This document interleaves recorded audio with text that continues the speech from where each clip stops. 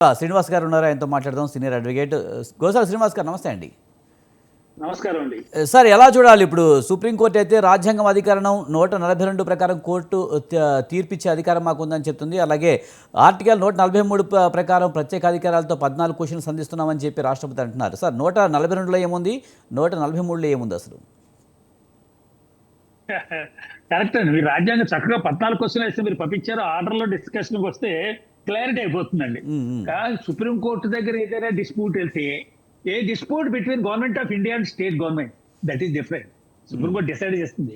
Water central water authority Polavaram project కానీ లేకపోతే ఇంకా కావేరీ ప్రాజెక్ట్ కానీ దేశంలో వాటర్ డిస్ప్యూట్స్ సుప్రీంకోర్టు తీర్చుందండి. మధ్యవర్తి కమిషనర్ ఆర్బిట్రేషన్ లో ఉన్నాయి. సుప్రీంకోర్టు మనకి ఇష్టం ఉన్నా ఇష్టం లేకపోయినా 2 రోజులు ఆరన్నా మనం అంతే ఊరుకోం కాదండి. అడ్వకేట్స్ ఉన్నాం కదా, ఊరుకోం. కానీ ఇది దాని dispute supreme court వెహిమెంట్లీ director the president of India. ఇందాక మా మిత్రుడు తిరుపతి రావు చెప్పారు, అపాయింట్మెంట్ లో క్లారిటీ బాగా ఇచ్చారు. సుప్రీంకోర్టు చీఫ్ జస్టిస్ ప్రమాణ స్వీకారం చేయిస్తున్నారు కాబట్టి రాష్ట్రపతి గారు ముందు దండం పెట్టేస్తారు సుప్రీం జస్టిస్ కి. ఇంకా సబార్డినేటే సుప్రీంకోర్టు చీఫ్ జస్టిస్ సబార్డినేట్ అయిపోతారు, అపాయింటింగ్ అథారిటీ చీఫ్ జస్టిస్ అయిపోతారు అన్న దాని మీద చక్కటి క్లారిటీ ఇచ్చారు. నేనేం చెప్పలేనంటూనే బాగా చెప్తారు. ఆయన క్లారిటీ ఇచ్చేశారు. రాష్ట్రపతి సుప్రీంకోర్టు చీఫ్ జస్టిస్ ని అపాయింట్మెంట్ చేసేప్పుడు వారెంట్ ఇష్యూ చేస్తారు. వారెంట్ అన్నది రాష్ట్రపతి సంతకంతో వెళ్తుంది. రాష్ట్రపతి నియమించేది సుప్రీంకోర్టు చీఫ్ జస్టిస్ కాదు. అయిపోయింది కదండి, రైట్. ఇంకా దాని గురించి మనం ఎవరు సుప్రీమో ఏమిటి మాట్లాడక్కల. ఇవాళ రాష్ట్రపతి గారి దగ్గర బిల్లు వెళ్ళింది. బిల్లు గురించి మాట్లాడుకుందాం. బిల్లు వెళ్తున్నప్పుడు 200, 201 ఒకసారి బిల్లు గవర్నర్కి వెళ్ళింది. బిల్లు గవర్నర్ గారికి వెళ్తే తిప్పి పంపించారు. తిప్పి పంపించి అబ్జెక్షన్స్ రాస్తారు, మెసేజ్ అంటారు దాన్ని. మెసేజ్ అంతా రాస్తారు, మెసేజ్ చదువుతారు. చదివి దాన్ని కంపలం ఇచ్చేసారా, సవరణ చేశారా, ఏం చేశారా అని ఆన్సర్ కూడా చెయ్యాలి. చెయ్యకుండా యాజ్ ఇట్ ఈజ్ కట్టి దాన్ని పంపించేస్తూ ఉంటారు. పంపించేశారు. అప్పుడు మళ్ళీ రాజ్యాంగ ఆయన సంకిష్టంలో పడితే గవర్నర్ గారు ఎలాగాని రాష్ట్రపతికి నివేదిస్తారు, రాష్ట్రపతికి పంపిస్తారు. 2200, 201. ఇప్పుడు ఒక విషయం చెప్తాం. అసెంబ్లీ బిల్లు చేసేసిన దానికి గవర్నరు ఒకసారి తిప్పంపారు. మళ్ళీ గవర్నర్ దగ్గరికి వెళ్ళిపోతే ఇంకా there is no other alternative accept the bill. ఒక బిల్ తయారు చేశారండి. ఒక బిల్ మైనర్ ని కనుక రేప్ చేసినట్టయితే శిక్ష విధిస్తాం.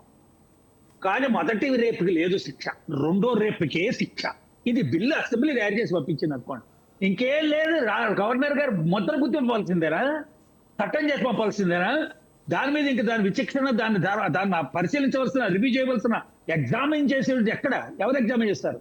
కాన్స్టిట్యూషన్ ఆధారంగా ఎగ్జామిన్ చేద్దామా, ధర్మం ఆధారంగా ఎగ్జామిన్ చేద్దామా, న్యాయం ఆధారంగా ఎగ్జామిన్ చేద్దామా? లేదా సమాజంలో జీవనం అంటే లైన్ ఉంది, జీవన వ్యవస్థ. మా తిరుపతి గారు చెప్పారు జీవన వ్యవస్థ ఉంటుందని, వ్యవస్థ ఉందని. ఆ వ్యవస్థలో దీంట్లో నీతివంతమైన బిల్లు ఉండాలి. నీతివంతమైన బిల్లు. ఆ నీతివంతమైన బిల్లు అవునా కాదా అని గవర్నర్, మీకు తెలుసు అడ్వకేట్ జనరల్ పంపించవచ్చు, సొలిసిటర్ జనరల్ పంపించవచ్చు, సుప్రీం కోర్టు కూడా పంపించవచ్చు. చట్టం కాకపోనే మీరు చట్టంగా రూపొందకుండానే మీరు వచ్చి దీంట్లో దూరిపోండి అని కూడా అడగచ్చు. ఈ భాష మీద మాట్లాడుతున్న అర్థం అవుతుందని బాగా అర్థం అవుతున్నారు. ఇప్పుడు రాష్ట్రపతి గారికి వెళ్ళింది బిల్లు. రాష్ట్రపతి దగ్గర ఎన్నాళ్ళు ఉంచాలో అన్నది రాజ్యాంగ నిర్మాతలు 70 ఏళ్ళుగా, రాజ్యాంగ ధర్మాసనాలు 70 ఏళ్ళుగా, రాజ్యాంగం అమెండ్మెంట్ చేసినప్పుడు కానీ అటు పార్లమెంట్ ఇటు అసెంబ్లీలు కానీ వాళ్ళకి అనిపించలేదా దీంట్లో మనం పీరియడ్ పెడదామని? ఇదే సుప్రీంకోర్టు ఒక చట్టం మీద పీరియడ్ ఉంది, 6 months డ్యూరేషన్. దాన్ని అని చెప్తాను డైవర్స్ బై మ్యూచువల్ కన్సెంట్ అని ఫైల్ చేసినట్టయితే 6 మాసాల్లోగా దాని మీద తీర్పు ఇవ్వకూడదు. స్టాట్యూట్ చెప్పింది. లెజిస్లేషన్ యొక్క ఇంటెంట్ అది. 6 మాసాల్లోగా వీళ్ళు ఆవేశంలో కోర్టుకు వచ్చేస్తారు. 6 మాసాల్లోగా మళ్ళీ కలిసిపోవచ్చు. అంచేత court shall not pass any degree or shall not allow or shall not register the case with in 6 months from the date of filing the matter అని. ఈలోగా మన వాళ్ళు ఏం చేసేవారు, అడ్వకేట్ గా ప్రాక్టీస్ చేశారు కూడా నాకు అనుభవం, డిస్పెన్స్ విత్ ది టైం అని పిటిషన్ పడేసేవారు. ఈవేళ మ్యూచువల్ డైవర్స్ కన్సెంట్ పడేసే ఫైల్ అదే రోజు దాంతో పాటు డిస్పెన్స్ ది టైం 6 months అని పడేసేవారు. కోర్టు అలౌ చేసింది, విడాకులు ఇచ్చేసేవారు. దీని మీద ఏపీ హైకోర్టుకు వెళ్ళారు. దీంట్లో ఏపీ కొట్టుకెళ్తే 6 months డ్యూరేషన్ ఏదైతే ఉందో దాన్ని పాటించలేదు. స్టాట్యూట్ యొక్క స్పిరిట్ అది. కోర్ట్ ఎవరు దీన్ని డిస్పెన్స్ చేయడానికి? స్టాట్యూట్ కన్నా కోర్టు బలమైందా? లెజిస్లేషన్ ఇది పవర్ఫుల్ దాన్ కోర్ట్. సుప్రీం కోర్టు దగ్గర సుప్రీంకోర్టు నో, డిస్పెన్స్ చేయడానికి మీరు ఎవరు లాభం లేదు. What statute speaks, statute spirit ఏది దాన్ని గౌరవించాలి న్యాయస్థానాలు అని చెప్పింది. మరి కాన్స్టిట్యూషన్ లో పీరియడ్ ఏమైనా ఉందా? పీరియడ్ లేదు. ఇందాక నుంచి చాలా బాగా మాట్లాడుకుంటున్నాం అందరం. ఎప్పుడు సుప్రీంకోర్టు కలెక్ట్ చేసుకోవచ్చు? సుప్రీంకోర్టుకి రివ్యూ అథారిటీ ఏమిటి? ఇటువంటి వాటిలో రివ్యూ అథారిటీ ఉందా? అక్కడ చెప్పారా? రాష్ట్రపతి కానీ గవర్నర్ కానీ వాళ్ళ దగ్గర డిఫెక్ట్ గా ఫైల్స్ ఎండబెట్టి ఉంటే సుప్రీంకోర్టు ఇంటర్వ్యూన్ అయిపోయి ఆర్డర్ ఇచ్చేయచ్చు. రాజ్యాంగంలో ఎక్కడ చెప్పలేదు ఎన్ని నెలలు ఉంచుకోవచ్చు బిల్లు వీళ్ళ దగ్గర, కానీ వీళ్ళు ఉంచుకోవచ్చు అని చెప్తున్నారు. ఇంకొకటి పెట్టుకున్నారండి, రాష్ట్రపతిని ఇంపీచ్ చేయడం. రాష్ట్రపతిని ఇంపీచ్ చేసే అధికారం ఉంది. ఎవ్వరు రాజ్యాంగం కన్నా గొప్పవాడు కదండి. No institution is superior, no institution is supreme, either the legislation or the executive or the judiciary. Judiciary independent does not mean they are independently powerful. They are answerable to the constitution. Even legislation. మీకు సోమనాథ్ చటర్జీ గారి కేసులో ఆయన parliament members మీద action తీసుకున్నారు, expel చేశారు parliament నుంచి. దాని మీద సుప్రీంకోర్టుకి ఛాలెంజ్ చేశారు. సో ఆయన సోమనాథ్ చటర్జీ గారి స్పీకర్ ఆఫీస్ ఓ పిటిషన్ వేసింది. This court has no jurisdiction to interview, to examine, to review the decision taken by the speaker. Speaker is the house leader. House లో ఉన్న వ్యవహారాలన్నింటినీ జాగ్రత్తగా పరిశీలించి నిర్ణయం తీసుకోవచ్చు స్పీకరే. జ్యుడిషియరీ ఇన్వాల్వ్ అయిపోలేదు, ఇన్వాల్వ్ అవ్వకూడదు అని చెప్పి పిటిషన్ వేశారు. సుప్రీంకోర్టు ఏమైందంటే చకచకంగా దానికి నెంబర్ ఇచ్చే పిటిషన్, ఈ పిటిషన్ మేము ఇప్పుడు ఎగ్జామిన్ చేస్తాం. Whether the supreme court having jurisdiction to entertain such dispute, మేము దాంట్లో కలెక్ట్ చేసుకోవచ్చా, వేలు పెట్టచ్చా అని పెట్టుకుని దాంట్లో ఏం చెప్పారు, court can examine the dispute అని ఇప్పుడు ఎగ్జామిన్ చేస్తున్నాం అసలు ఇష్యూని. Whether the speaker decision is right or wrong. Speaker decision is right అన్నారు. అంటే సుప్రీమసీ యాక్ట్ పెట్టుకోవడానికి ఆ మాట అన్నారు. నేను అడ్వకేట్గా ఇప్పటికే అంటాను.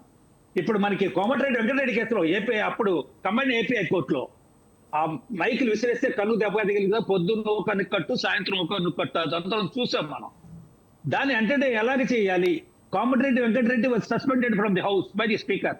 దాన్ని టేకప్ చేసిన ఫైల్కి డాక్టర్ బుల్సే శివశంకర్ జడ్జి ఆయన టేకప్ చేశారు. ఇక్కడ న్యాచురల్ జస్టిస్ జరగలేదన్నారు. ఎక్స్పెల్ చేసేప్పుడు నోటీస్ ఇవ్వలేదు. నోటీస్ ఇచ్చి ఎక్స్ప్లెనేషన్ కాల్ఫర్ చేసి అప్పుడు మీరు సస్పెండ్ చేయవలసింది. సస్పెన్షన్ కుడ్ మేక్ క్వశ్చన్స్ ఎట్లా, the procedure and irregularities there.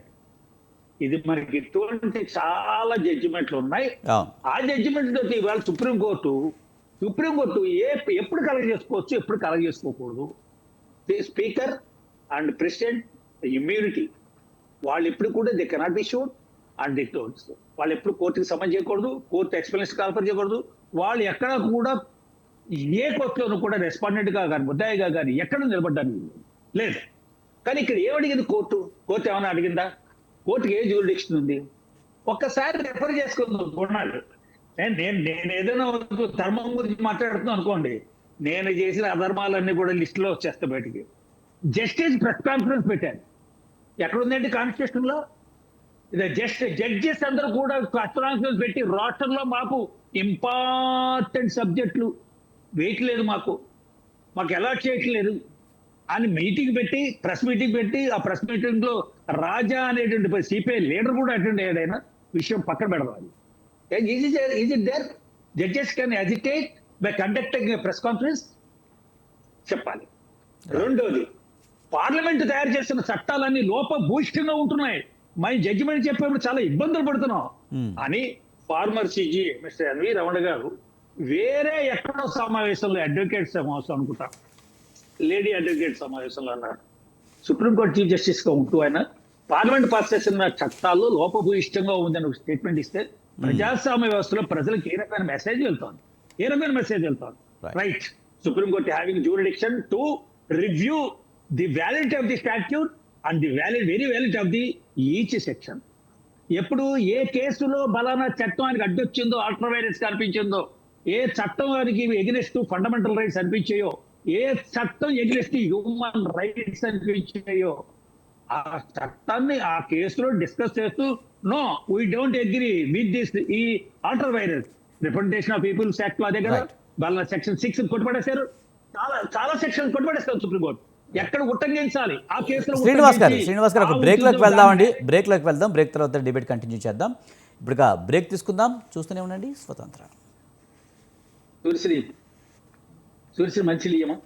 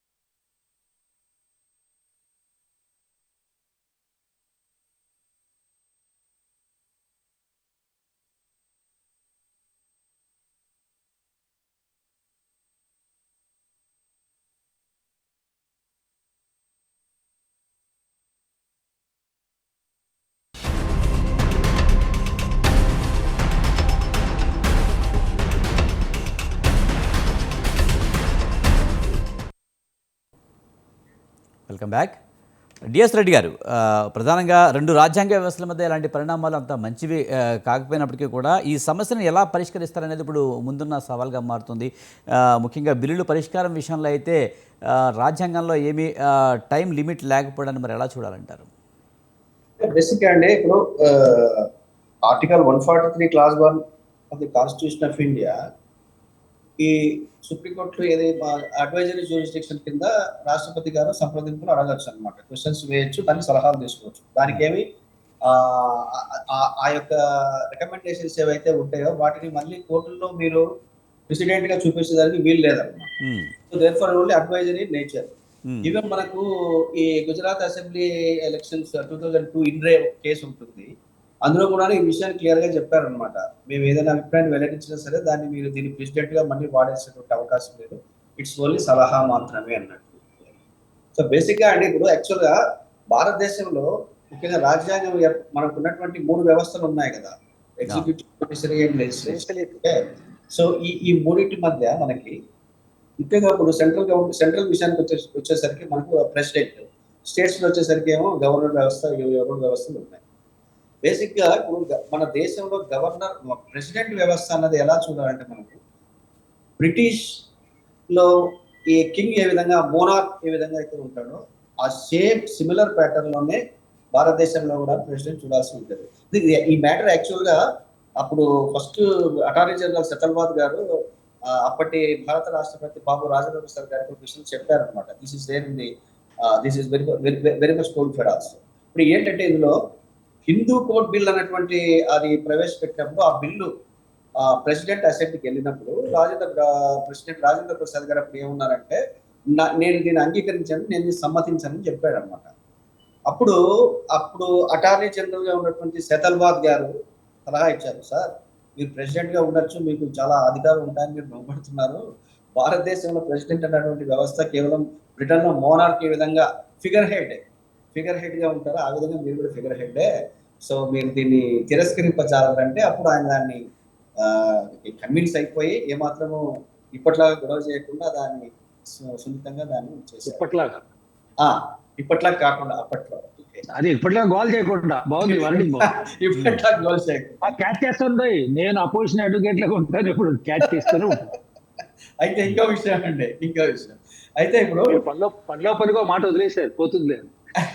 ఇప్పుడు రాజ్యాంగ నిర్మాత డాక్టర్ బిఆర్ అంబేద్కర్ గారు ఈ కాన్స్టిట్యూషన్ అసెంబ్లీ ముగింపు సమావేశంలో ఒక చక్కటి మాట చెప్పారనమాట. It is quotable quote. ఆయన ఏమన్నారంటే, రాజ్యాంగం ఎంత గొప్పగా మనం రచించుకున్నా సరే దాన్ని ఇంప్లిమెంట్ చేసేవాడు సరిగా లేకపోతే అది పూర్తిగా ఇన్ఎఫెక్టివ్, దిగదుడిపోయింది.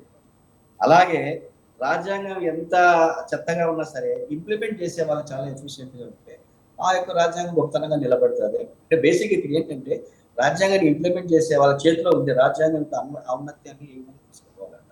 ఇప్పుడు మనకి ఇక్కడ సరే ఇప్పుడు మనం చూసా ఇంతకుముందు ఇప్పుడు 2G కేసుల్లో చూసాము, తర్వాత అయోధ్య కేసులు చూసాము, తర్వాత ఇది మన రైట్ టు ప్రైవసీ కుట్రస్వామి దాంట్లో కూడా ప్రెసిడెన్షియల్ ఒపీనియన్ అడిగారు. వీటన్నిటిలో మనం గతంలో చూసాం. కేరళ బిల్, ఎడ్యుకేషన్ బిల్ కానీ వీటిలో చాలా వాటిని చూసాం. ఏంటంటే సరే అడ్వైజరీ జ్యూరిస్డిక్షన్ కింద supreme court can receive what president wants to get answers to public issues of public importance. ఏదైతే పబ్లిక్ ఇంపార్టెన్స్ ఉందో వాటి మీద ఇచ్చేటటువంటి అవకాశం మనకు చూడాలి. ఇప్పుడు ఎందుకంటే ఇప్పుడు ఆ తమిళనాడు జడ్జిమెంట్ ఏదైతే అది 2 జడ్జెస్ డివిజన్ బెంచే ఇచ్చింది. అయితే డివిజన్ బెంచ్ ఇచ్చినప్పుడు matters as to the interpretation of the constitution can it be disposed of by a 2 judge bench. Actually article 145 class 3 ఏం చెప్తుందంటే constitutional interpretation based a constituent bench should be constituted with 5 judges. So therefore whether a 2-judge bench which has given this order where 142 ని వాళ్ళు imply చేస్తూ to do complete justice they have passed that order. ఆ 3 months లో ఆ బిల్లును assigned గానీ చెప్పాలని చెప్పేసి. సో దేర్ఫోర్ ఇప్పుడు మన కొత్త చీఫ్ జస్టిస్ గవాయ్ గారు ఉన్నటువంటి ఒక ఇది ఏంటంటే ఒక ఇంపార్టెంట్ విషయం, he has to constitute bench, constitutional bench to dispose of this advisory matter. Right. Tirupatirao garu, ముఖ్యంగా నిజానికి గవర్నర్ల వ్యవస్థను కేంద్ర ప్రభుత్వం మిస్యూజ్ చేస్తుంది అనే విమర్శలు మొదటి నుంచి ఉన్నాయి. దాన్ని ఎలా చూడాలంటారు? విజయ్ గారు, గవర్నర్ వ్యవస్థ లేదా మనం ఇప్పుడు కరెక్ట్ టాపిక్ లోకి వస్తే న్యాయ వ్యవస్థ వర్సెస్ ప్రభుత్వాలు, వీటిని తీసుకుంటే ఈ 2 అంశాలు తీసుకుంటే నాకున్నటువంటి స్వేచ్ఛ నాకు లేనటువంటి ఇబ్బంది మా సోదరులు బాజీ గారికి ఉండదు. ఆ స్వేచ్ఛ లేదు, ఆ ఇబ్బంది ఉంటుంది. ఎందుకు అనేసి అంటే ఇప్పుడు వారు ఇందాక ప్రస్తావించారు గవర్నర్ వ్యవస్థకు సంబంధించి ఉన్నటువంటి ఇదే ఆంధ్రప్రదేశ్ రాష్ట్రంలో రాజకీయ చైతన్యం ప్రారంభమైనటువంటి తొలినాళ్ళలో ఎన్టీ రామారావు గారు ముఖ్యమంత్రిగా ఉండగా ఆయన ఆ సందర్భంలో జరిగినటువంటి పరిణామాలు ఒకసారి తీసుకున్నట్టయితే ఆ రోజు భారతీయ జనతా పార్టీ అక్కడ ఏం అధికారంలో లేదు, వారి పార్టీయే ఉంది. రామ్లాల్ గారు అనుకుంటాను అప్పుడు గవర్నర్ గా, మేము విద్యార్థి దశలో ఉన్నాం అప్పుడు. ఇంకా అంటే అంటే భారతదేశంలో రాజకీయ చైతన్యం ప్రారంభమైనటువంటి తొలినాళ్ళు ఏవైనా ఉన్నాయనేసి అంటే 80 దశకమే చెప్పుకోవచ్చు. అది ఎన్ రామారావు గారు, అంతకు ముందు కొద్దిగా ఎంజీఆర్ గారు, ఇలా సౌత్ నుండి ప్రారంభమైనటువంటిది. అదే సమయంలో నార్త్ లో కూడా కొన్ని ప్రాంతాలు. అదే సందర్భంలో ఈ గవర్నర్ వ్యవస్థ లేదా రాష్ట్రపతి వ్యవస్థ సరిగ్గా పక్కన పెడతాం. గవర్నర్ వ్యవస్థకి సంబంధించి వాళ్ళ ప్రారంభం అనేది తమిళనాడు గవర్నర్ దగ్గర నుండే కదా ప్రారంభమైంది. కాబట్టి గవర్నర్ వ్యవస్థ అనుకుందాం. ఈ వ్యవస్థకు సంబంధించి నాకు తెలిసి రామ్లాల్ గారు ఎన్టీ రామారావు గారి ప్రభుత్వాన్ని కూలదోసినటువంటి సందర్భం కంటే పెద్ద మిస్టేక్ ఈ దేశ చరిత్రలో ఇంకోటి ఉండదని మనం అనుకోవాల్సిన పని లేదు. ఎందుకంటే మన రాష్ట్రం కాబట్టి, మిగతా రాష్ట్రాల్లో ఏం జరిగిందో నాకు తెలియదు కాబట్టి నేనైతే చెప్పగలను ధైర్యం. అయితే ఒక విషయం ఇక్కడ కూడా స్పష్టంగా ఉన్నటువంటిది, రాజ్యాంగం ఇచ్చినటువంటి స్వేచ్ఛ ఏదైతే, ఈవెన్ పెద్దలు మూడు వ్యవస్థల గురిండే మాట్లాడారు. మేము రాజకీయంగా ఉండేటప్పుడు మేము ఇంకో వ్యవస్థను కూడా మాట్లాడతాం. ఏదైతే మీడియా ఉందో ఆ మీడియాను కూడా 4వ వ్యవస్థగానే మేము తీసుకొని మాట్లాడతాం. వాళ్ళకి వాళ్ళ పరిమితులకే ఇచ్చారు. వాళ్ళు కూడా ఇష్టం వచ్చినట్టుగా వెళ్ళిపోవడానికి లేదు కదా. ఇవాళ మొన్న యుద్ధ సమయంలోనూ మీడియా మీద ఆంక్షలు విధించారు. అదే ఖాళీ సమయంలో కనుక అదే ఆంక్షలు విధించినట్లయితే అక్కడ పరిస్థితి వేరే విధంగా ఉంటది.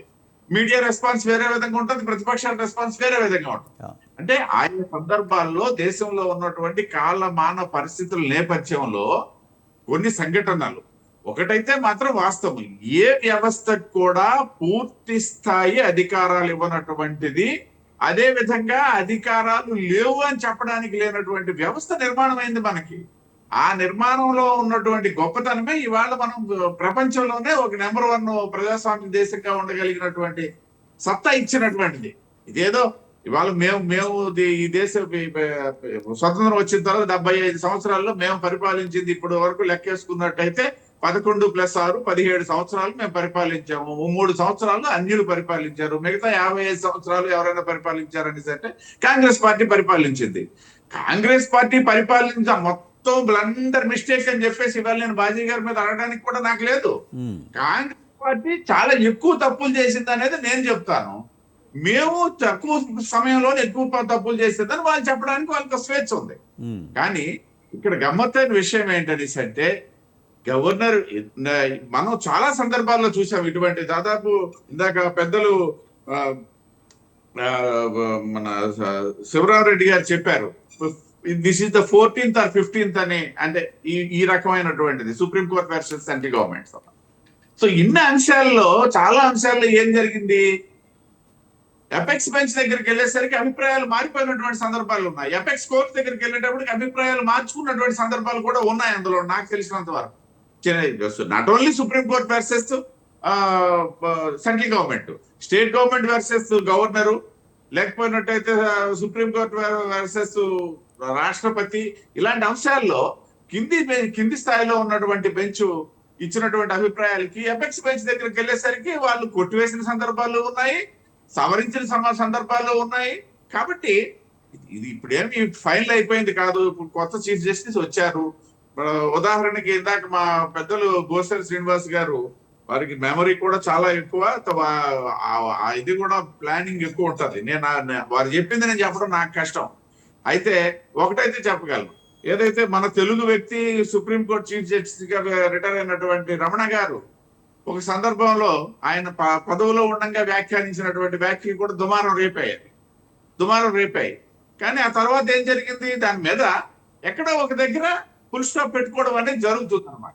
కాబట్టి పరస్పరం ఆధారంగా ఉన్నటువంటి వ్యవస్థలు నిర్మాణమైనటువంటి దేశంలో కొన్ని అభిప్రాయ భేదాలు వచ్చేటప్పుడు ఖచ్చితంగా దానికి ఒక ఫుల్ స్టాప్ అనేది ఉంటుంది. ఇవాళ నేను అనుకోవడం ఏంటనేసి అంటే, నాకున్నటువంటి ఒక పార్టీ ప్రతినిధిగా నాకున్నటువంటి ఆలోచన అవ్వచ్చు, సమాచారం అని చెప్పడానికి నేను సిద్ధంగా లేను. కానీ నాకున్నటువంటి ఆలోచన, నా పార్టీ తాలూకా డెవలప్మెంట్స్ నా నేపథ్యంలో ఇవాళ రాష్ట్రపతి గారు సంధించినటువంటి 14 ప్రశ్నలు భూతకాలంలో జరిగినటువంటి కొన్ని సంఘటనలకు సమాధానంగాను, భవిష్యత్ కాలంలో జరగకుండా ఉండడానికి ఉన్నటువంటి సంఘటనల నేపథ్యంలో సంధించినవే తప్పిస్తే ఉన్న పలంగా భారత రాజ్యాంగానికో లేకపోతే భారతదేశంలో ఉన్నటువంటి ప్రభుత్వానికో లేకపోతే ఏదైతే ఇప్పుడు ఉన్నటువంటి అడ్మినిస్ట్రేషన్కో లేకపోతే న్యాయ వ్యవస్థకో ఏదో వచ్చి పడిపోయిందని చెప్పేసి వెళ్ళినటువంటిది కాదు.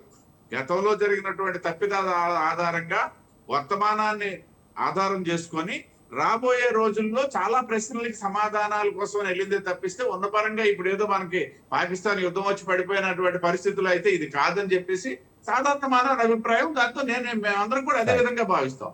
రైట్. బాజీ గారు, ముఖ్యంగా తమిళనాడు విషయంలో ఆ రాష్ట్ర గవర్నర్ ఆర్ఎన్ రవి కానీ, అలాగే తెలంగాణ మాజీ గవర్నర్ తమిళిసై విషయంలో కూడా ఇలాంటి గొడవలు జరిగాయి. ముఖ్యంగా ప్రతిపక్షాలు ఉన్న చోటనే ఇలాంటి గొడవలు ఎందుకు జరుగుతున్నాయి? అది కాంగ్రెస్ గవర్నమెంట్లో ఉన్నప్పుడు అలాగే జరిగాయి, బీజేపీ గవర్నమెంట్లో ఉన్నప్పుడు ఇలాగే జరుగుతున్నాయి అనే వాదన ఉంది. ఖచ్చితంగా అండి. ప్రతిపక్ష పార్టీలు అధికారంలో ఉన్న రాష్ట్రాల్లోనే సాధారణంగా ఏంటంటే గవర్నర్లు ప్రభుత్వాలతో సహకరించడం అనేది చాలా తక్కువగా ఉంటుంది. కొన్ని ముఖ్యమైన అంశాల్లో మరి ప్రభుత్వ యొక్క నిర్ణయాలకు కానివ్వండి, ఇలాంటి బిల్స్ విషయంలో కానివ్వండి, గవర్నర్లు కాలయాపన చేయడం, పెండింగ్ పెట్టడం, లేకపోతే తిరస్కరించడం, సహకరించకపోవడం ఇవన్నీ జరుగుతూ ఉన్నాయి. మనం చూస్తూ వచ్చినాం ముందు నుంచి కూడా. ఇప్పుడు తమిళనాడు విషయంలో కూడా అదే. ఇవాళ తమిళనాడు ప్రభుత్వం కోర్టుకు వెళ్ళి కోర్టు ద్వారా ఆ 10 బిల్లుల్ని చట్ట రూపంకి తీసుకొచ్చి గెజెట్ రిలీజ్ చేసింది. సో ఏంటంటే ఏదైనా కానీ గవర్నర్లైనా రాష్ట్రపతి అయినా రాజ్యాంగబద్ధంగా నడవాల్సిందే. రాజ్యాంగ ఉల్లంఘన అనేది జరగకూడదు. తమిళనాడు కేసులో జరిగింది ఏంటి? ఆర్టికల్ 200కి విరుద్ధంగా గవర్నర్ ప్రవర్తించారు. ఆయన ఆ 10 బిల్లుల్ని రెండోసారి శాసనసభ ఏదైతే ఉందో రెండోసారి రివ్యూ చేసి పునఃపరిశీలించి పంపించిన తర్వాత ఖచ్చితంగా ఆమోదించాలి అనేది ఆర్టికల్ 200 చెప్తుంది. దాని విరుద్ధంగా ఆయన మరి రాష్ట్రపతి రివ్యూ పంపించడం, రాష్ట్రపతి పెండింగ్ లో పెట్టడం అనేది రాజ్యాంగ విరుద్ధమే కదా. అదే సుప్రీంకోర్టు ప్రస్తావించింది. ఎందుకంటే ఏదైనా కానీ గవర్నర్లు ఏ ప్రభుత్వం ఏ పార్టీ నడిపే ప్రభుత్వం నియమించినప్పటికీ కూడా రాష్ట్రం యొక్క హితం కోరాలి, రాష్ట్ర ప్రయోజనాలను దృష్టిలో పెట్టుకొని వీళ్ళు నిర్ణయాలు తీసుకోవాలి. గవర్నర్ వ్యవస్థ అలా జరగలేదు. విచిత్రంగా తమిళనాడులో సాధారణంగా అపోజిషన్ పార్టీలు నియమించిన గవర్నర్లు అయినా కానీ సాధారణ రాజ్యాంగం ప్రకారమే నడుస్తారు. సాధారణంగా ఇలాంటి డిస్ప్యూట్ ఎక్కడా కూడా చరిత్రలో చాలా అరుదు. ఈ తమిళనాడు కేసే చాలా విభిన్నమైన కేసుగా మనం చూడాల్సిన అవసరం ఉంది. కానీ ఇప్పుడు ఈ ఎగ్జాంపుల్ తీసుకొని రేపు మరి అట్లాగే ఇతర రాష్ట్రాల్లో ఉన్న గవర్నర్ వ్యవస్థ కూడా ప్రవర్తించే అవకాశం ఉంటుంది. కాబట్టి ఏంటంటే ఇవాళ ఏదైతే నేను సుప్రీంకోర్టు ప్రస్తావించిన అంశాలు కానివ్వండి, చేసిన కామెంట్స్ ని కానివ్వండి, తీసుకున్న నిర్ణయాలు నేను 100% నేను సమర్థిస్తాను. ఎందుకంటే దీర్ఘకాలం పెండింగ్ ఉంచడంలో ప్రయోజనం ఏంటి? గవర్నమెంట్ ఉన్నదే 5 ఏళ్ల కాలం. అలాంటిది 2020 నుంచి ఈ చాలా బిల్లులు పెండింగ్ లో ఉన్నాయి. 54 బిల్లులు 181 బిల్లులు పెండింగ్ లో పెట్టారు. దాంట్లో 150 వరకు ఆమోదించబడినాయి. వాటిలో ప్రధానంగా ఈ ఏదైతే వైస్ ఛాన్సలర్ కి సంబంధించిన కొన్ని ముఖ్యమైన అంశాలు ఏదైతే ఆ 10 బిల్లులు పెండింగ్ పెట్టారు. దాన్ని ఏదో ఒక రోజు పరిష్కారం జరగాలి కదా. ఎన్నాళ్ళ పెండింగ్లు పెట్టుకుంటారు? కాబట్టి ఏంటంటే ఏదైతే తమిళనాడు గవర్నర్ చేసింది కరెక్ట్ కాదు. అట్లాగే రాష్ట్రపతి విధించిన ఇవాళ ప్రశ్నలు ఏదైతే 14 ప్రశ్నలు ఉన్నాయో దీనికి వివరణాత్మకమైన విశ్లేషణాత్మకమైన సమాధానాలు అవసరం. భవిష్యత్తులో ఇలాంటి పరిణామాలు జరగకుండా ఒకవేళ వచ్చినా కానీ వాటికి సరైన సమాధానాలు ఈ ప్రశ్నల ద్వారా మరి రాజ్యాంగబద్ధంగా కావాలి అని చెప్పేసి నేను కోరుకుంటా ఉన్నాను. కాబట్టి ఏంటంటే ఇకనైనా కానీ ఏంటంటే ఏ రాష్ట్రమైనా కానీ ఒక రాష్ట్ర ప్రభుత్వం ప్రజల చేత ఎన్నుకోబడిన ప్రభుత్వం తీసుకున్న చట్టాలు నిర్ణయాలు ఏదైతే ఉన్నాయో వాటిని గౌరవించాల్సిన బాధ్యత గవర్నర్కు ఉంది. అదే ఏ రాష్ట్రం గవర్నర్ అయినా కానీ గ్రహించాల్సిన అవసరం ఉంది. ఏదన్నా లోటుపాట్లు ఉంటే వాటిని తిరిగి తిప్పి పంపించడం, సవరణ కోరటం, లేకపోతే మళ్ళీ శాసనసభకి ద్వారా డిస్కషన్ చేసి మళ్ళీ ప్రవేశపెట్టడం కోరాలి తప్ప వాంటెడ్లీ పెండింగ్ పెట్టినట్టు క్లియర్ కట్ గా తమిళనాడు అంశం అర్థమవుతా ఉంది. అది రాజ్యాంగంలోని ఏ ఆర్టికల్ అటువంటి చర్యల్ని పరిరక్షించలేదు. కాబట్టి ఏంటంటే ఏదైతే సుప్రీంకోర్టు ఈ విషయంలో తీసుకున్న జోక్యాన్ని నేను 100% సమర్థిస్తా ఉన్నానండి. రైట్. శ్రీనివాస్ గారు, ముఖ్యంగా ప్రజలకు ఉపయోగపడే బిల్లులు కానివ్వండి, ప్రభుత్వం తప్పక అమలు చేసిన బిల్లులు కానీ కొన్ని ఉంటాయి. అవి కాలయాపన చేస్తే అంతిమంగా ప్రజలు నష్టపోయే పరిస్థితి ఉంటుంది కనుక దీనికి టైం లిమిట్ కంపల్సరీ ఉంటేనే బాగుంటుంది. ఒకవేళ నిజంగా ఏదన్నా ఈ బిల్లులు పరిశీలించి ఇందులో తప్పులుంటే దాన్ని సలహాలు సూచనల కోసం గవర్నర్ పంపే అవకాశం ఉంది. అయినప్పటికీ కూడా పంపట్లేదనే విమర్శలు కూడా ఉన్నాయి.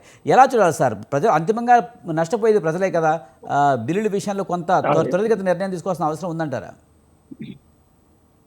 మీ ప్రశ్న అయిపోయిందండి? అయిపోయింది సార్. సుదీర్ఘమైన ప్రశ్న వేశారు కాబట్టి చెప్తాను మీకు. సుదీర్ఘమైన ప్రశ్న వేశారు కాబట్టి ఇప్పుడు బిల్లు ఏదో ఉందన్నారు, మనం బిల్లు పంపించామని. ఈ బిల్లులు అన్నింటినీ లేవండి. ఈ బిల్లులన్నీ కూడా గవర్నర్ బట్టి అట్టే పెట్టేసుకోవాలి, అట్టే పెట్టుకోవచ్చు, రాష్ట్రపతి అట్టే పెట్టుకోవచ్చు, అన్ని లేవు. ఫైనాన్స్ బిల్లు అలా చేయడం లేదు. ఫైనాన్స్ బిల్లు తప్పనిసరిగా మళ్ళీ కన్సెంట్ ఇవ్వాల్సిందే, ఇచ్చి తీరుతారు, అట్టే పెట్టుకుందుకు లేదు. ఫైనాన్స్ బిల్ ఇది ఎమర్జెన్సీ బిల్. ఇది ఎమర్జెన్సీ బిల్. ఎందుకు లేదండి? ఎమర్జెన్సీ బిల్ ఉంది. మనంతా కూడా చదువుతున్నాం కాబట్టి చెప్పిందే చెప్పి రిపీట్ చేసుకుంటే కాలయాపన చేసుకోవడానికి, కాలక్షేపానికి అరికథలాగా పెట్టుకోండి. నాకు అభ్యంతరంలే. నన్ను పిలిచారు కాబట్టి నేను స్పష్టంగా మాట్లాడుతున్నారు. బ్రేక్ ఇచ్చినారంటే మీరు బ్రేక్ ఇచ్చుకోండి. కానీ ఇప్పుడు మీకు ఎక్కడైతే పేచీ ఎక్కడొచ్చింది? రాష్ట్రపతి దగ్గర బిల్లు ఉండిపోయింది. అలా ఉండడానికి వీల్లేదు. కరెక్టే కదా. అటువంటి టైం లిమిట్ ఫ్రేమ్ చేయలేదు కాన్స్టిట్యూషన్ లో కదండి. మరి సుప్రీంకోర్టుకి ముస్లిం మహిళలు మీరు రిట్ వేశారు. మా కర్మ మా నెత్తిని తలాక్ ఏమిటి? తలాక్ అంటే భర్త కనుక తలాక్ ఇచ్చేస్తే ఆడదాని బతుకు విడాకులై రోడ్డు పడిపోతుంది. ఈ తలాక్ అనేది రైట్ అండ్ హస్బెండ్ కి ఉంది, ఆడపిల్లకి లేదు. ఈ జెండర్ డిస్క్రిమినేషన్ ఉంది, ఈక్వాలిటీ బిఫోర్ లా లేదు, ఫండమెంటల్ రైట్ కి వ్యతిరేకంగా ఉంది అని సుప్రీంకోర్టు వెళ్తే మహిళలు, ముస్లిం మహిళలు వెళ్తే ఎస్ కరెక్ట్, ఇక్కడ ఒక లక్కోన ఉంది, ఇక్కడ ఒక సైలెన్స్ ఉంది, ఈ గ్యాప్ ఉంది, ఇది మేము సవరించేస్తున్నాం అందా సుప్రీంకోర్టు? అనలేదు. మా తిరుపతిరావు గారు మా సోదరుడు అన్నాడు, జ్ఞాపశక్తి ఎక్కువ కావాలి ప్లేటర్లకని. అందరికీ కావాలి, విశ్లేషణ చరిత్ర గురించి మాట్లాడుతున్నప్పుడు జ్ఞాపశక్తి కావాలి. సుప్రీంకోర్టు ఏమంది? గవర్నమెంట్ ఆఫ్ ఇండియాకి నోటీస్ ఇచ్చి ఏమండి ఈ తలక్ అన్నది భారతదేశంలో చట్టాల్లో ఎక్కడా లేదు, షరియాలో ఉందిట, అంచేత మీరు దీని మీద ప్రత్యేక చట్టం అన్నది ఏదలుచుకున్నారా? తలాక్ అన్నది వ్యాలిడ్ కాదు, అది అన్కాన్స్టిట్యూషన్ అని తలాక్ గురించి కేంద్ర ప్రభుత్వం యొక్క నిర్ణయం ఏ విధంగా ఉంది, మీరు ఏమైనా ప్రత్యేకించి ఆలోచిస్తున్నారా అని సుప్రీంకోర్టు అడిగింది. అడగాలి కదండి. అక్కడ వ్యాక్యూమ్ ఉంది, సైలెన్స్ ఉంది, అది మేము వేలు పెట్టడానికి వీల్లేదు, కాన్స్టిట్యూషన్ లో ఎక్కడ వేలు పెట్టడానికి వీల్లేదు సుప్రీంకోర్టు. ఎక్కడ మీకు ఎక్కడైనా వాళ్ళు interpretation of statute, interpretation of constitution లేదు, ఇంటర్ప్రిటేషన్ ఆఫ్ స్టాట్యూట్ ఇచ్చుకోవచ్చు, ఎక్కడైనా వేలు పెట్టి తెలికేయచ్చు, రాజ్యాంగానికి వెళ్ళడం లేదు. మరి రాజ్యాంగ విషయంలో ఎందుకు అడగలేదు? రాజ్యాంగ విషయంలో ఏమండి గవర్నర్ దగ్గర వచ్చేప్పటికి అక్కడ ఆగిపోయింది ఏ సెక్షన్ దగ్గర ఆగిపోయింది? 142 దగ్గర ఆగిపోయింది. ఏం చెప్పింది 142? దీని మీద 200,000 చెప్పింది. ఎక్కడా కూడా ఈ బిల్లుని రాష్ట్రపతి ఆయన దగ్గర ఇన్ని రోజులే ఉంచుకోవాలి, ఎక్కడ చెప్పాల.